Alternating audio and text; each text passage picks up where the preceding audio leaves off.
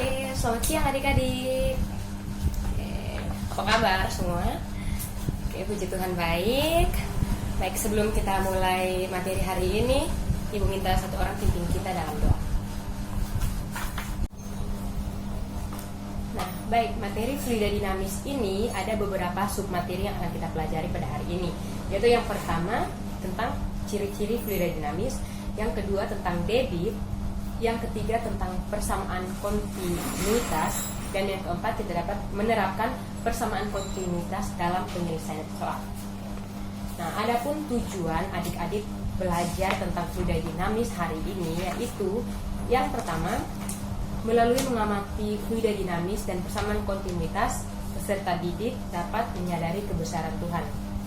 Yang kedua, sesudah melakukan kegiatan mengamati dan mencoba, peserta didik dapat aktif, kerjasama, jujur, teliti, hati-hati, tanggung jawab, dan terbuka. Yang ketiga, melalui kegiatan mengasosiasi data, peserta didik dapat menjelaskan fluida dinamis, debit air, dan persamaan kontinuitas. Dan yang keempat, melalui kegiatan percobaan, peserta didik dapat menjelaskan kontinuitas dan penerapan persamaan kontinuitas dalam penyelesaian. Nah, sebelum kita menggali lebih dalam, Ibu ingin adik-adik semua melihat sebuah video yang akan berkaitan dengan fluida dinamis dengan pembelajaran kita hari ini.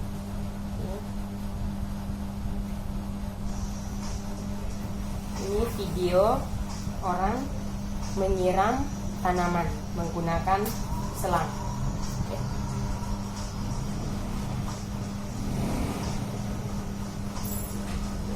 Ya.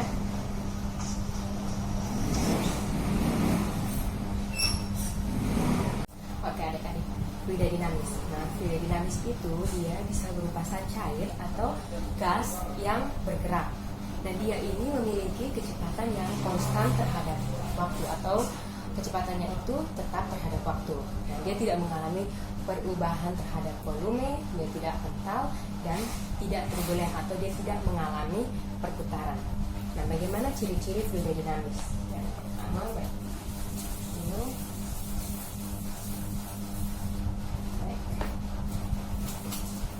Ciri-ciri fluida dinamis yang pertama itu, aliran fluida itu bisa berupa aliran tunak dan non tunak. Nah, seperti apa aliran tunak dan non tunak ini? Baik, aliran fluida itu dikatakan aliran tunak jika kecepatan setiap partikel di suatu titik itu selalu sama. Nah, contohnya seperti air yang mengalir dengan tenang. Nah, bagaimana dengan aliran tak tunak? Aliran tak tunak itu berlawanan dengan aliran tunak. Nah, kalau aliran tunak tadi air yang mengalir dengan tenang, maka aliran yang tak tunak itu air yang mengalir dengan deras. Jadi, kecepatan partikel fluida di suatu titik itu akan yang sama itu di titik yang sama itu akan berubah. Nah, jika kecepatan partikel fluida yang dahulu kecepatannya akan berbeda dengan fluida yang datangnya belakangan. Nah, baik. Nah, ciri-ciri yang kedua yaitu aliran fluida ini bisa berupa aliran yang termampatkan dan tak termampatkan. Nah, bagaimana aliran termampatkan ini? Nah, jika fluida yang mengalir mengalami perubahan volume ketika kita tekan, nah, maka fluida ini disebut aliran yang termampatkan. Nah, sebaliknya, jika fluida itu kita tekan dan tidak mengalami perubahan volume atau massa, maka fluida itu kita sebut dengan aliran yang tak termampatkan. Nah, kebanyakan zat cair yang mengalir itu kita sebut dengan aliran yang tak termampatkan karena dia tidak mengalami perubahan volume ketika kita tekan. Baik, ciri yang ketiga, aliran fluida bisa berupa aliran berolak dan tak berolak. Nah, seperti apa ini? Contohnya itu jika ada sebuah kincir angin yang kita buang ke dalam air yang mengalir. Nah, jika kincir angin itu bergerak tapi dia tidak berputar, nah maka gerakannya itu adalah tak berolak. Nah, sebaliknya jika kincir angin itu bergerak sambil berputar, maka gerakannya itu kita sebut aliran berolak. Contoh lain yang dari aliran berolak dan tak berolak ini adalah pusaran air. Nah, ciri yang keempat itu aliran fluida ini bisa berupa aliran yang kental dan tak kental. Kekentalan dalam fluida itu mirip seperti gesekan pada benda padat. Nah, di mana semakin kental fluida, maka gesekan antara partikel fluida itu akan semakin besar. Baik, kita hapus yang ini. Oke, kita masuk pada submateri yang berikutnya, yaitu debit. Nah, apa ini debit? Baik, debit seperti biasa banyak orang bilang, debit air meningkat pada musim hujan atau debit air menurun saat musim kemarau. Nah, debit ini adalah besaran yang menyatakan banyaknya air yang mengalir selama 1 detik melewati penampang luas. Nah, jika kita menyalakan keran dan air akan mengalir melalui ujung keran atau kita pasang selang, air akan mengalir melewati ujung selang. Nah, jika dalam 5 detik air yang mengalir melalui selang volumenya 10 meter kubik, maka kita katakan 10/5 meter kubik per detik sama dengan 2 meter kubik per detik. Artinya debitnya sama dengan 2 meter kubik per detik. Nah, di mana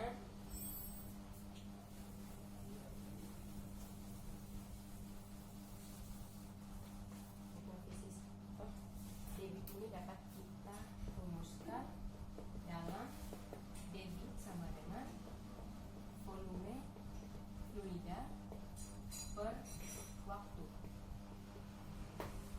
Volume fluida per waktu. Nah, oke, mari kita tinjau aliran fluida yang melalui pipa yang panjangnya L dengan kecepatan V dan luas penampang pipa adalah A selama T detik. Nah, maka jika kita mencari volume, maka volume fluida yang mengalir adalah V sama dengan A kali L, di mana V adalah volume, A adalah penampang luas, dan L adalah panjang pipa. Nah, sedangkan jarak L ditempuh selama, atau ini kita mencari waktu atau T. T sama dengan L per V, di mana T adalah waktu, L adalah panjang pipa, dan V adalah volume.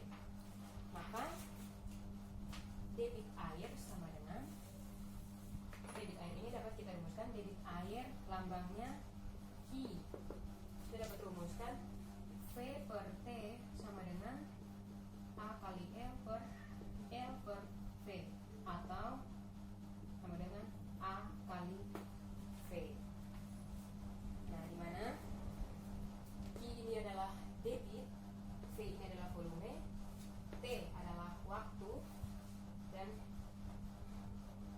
V kecepatan aliran meter per second. Debit, ada yang ingin ditanyakan? Tidak ada, berarti sudah bisa semua ya. Nah, kalau begitu kita latihan satu soal. Soalnya Ibu bacakan. Oke, semua dengar dan mencatat. Oke. Ini soalnya. Air mengalir dalam pipa yang berjari-jari 5 meter dengan laju 10 cm per detik.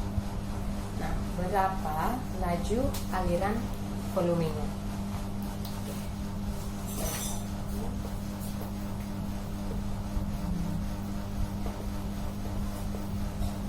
Yang diketahui R atau jari-jari sama dengan 5 meter. Yang diketahui berikutnya V atau kelajuan 10 cm per detik. Nah, yang ditanyakan adalah berapa laju aliran volumenya. Berarti ditanya I atau debit sama dengan titik ini. Baik, ini dikerjakan di akhir pertemuan, dikumpulkan. Ya, kita masuk pada materi yang berikut, itu tentang persamaan kontinuitas.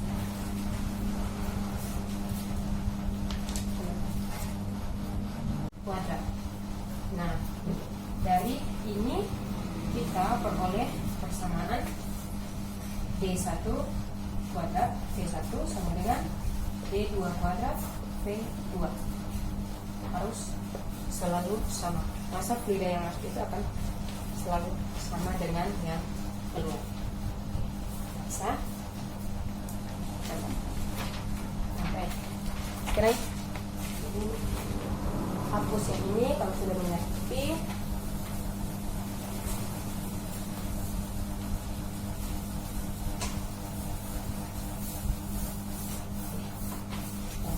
Kita masuk pada sub materi yang terakhir, yaitu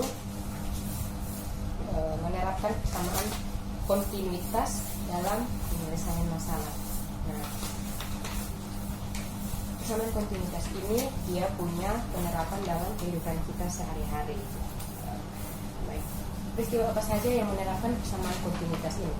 Tanpa kita sadari, ada beberapa peristiwa yang secara tidak langsung kita menerapkan persamaan ini, yaitu dimana yang pertama kita menyiram bunga menggunakan selang. Nah, ketika kita menyemprotkan air ke bunga yang jangkauannya dekat, maka seluruh permukaan ujung selang itu kita biarkan terbuka. Namun ketika akan menyemprot bunga yang jauh, maka biasanya kita akan memencet sedikit atau menutup sebagian ujung selang itu menggunakan jari. Nah, ini merupakan salah satu penerapan persamaan kontinuitas dalam kehidupan kita. Baik, yang kedua, kita berperahu di sungai yang lebar. Nah, aliran airnya akan terasa pelan dan tenang, kan? Nah, ketika kita memasuki daerah aliran yang menyempit, maka arus atau air itu akan terasa semakin deras. Nah, penerapan yang ketiga, jadi kita membuka salah satu keran yang berjajar aliran airnya, yang keluar akan deras. Tetapi jika kita membuka 2 atau 3 keran bersamaan, maka aliran air yang keluar itu akan semakin pelan. Nah, itu merupakan beberapa penerapan persamaan kontinuitas dalam kehidupan kita sehari-hari. Dan jika sudah mengerti, Ibu akan membagikan kalian dalam beberapa kelompok, satu kelompok 4 orang, dan Ibu akan beri LKS untuk kalian kerjakan bersama-sama, atau jika tidak cukup waktu bisa kerjakan di rumah dan dikumpulkan minggu depan.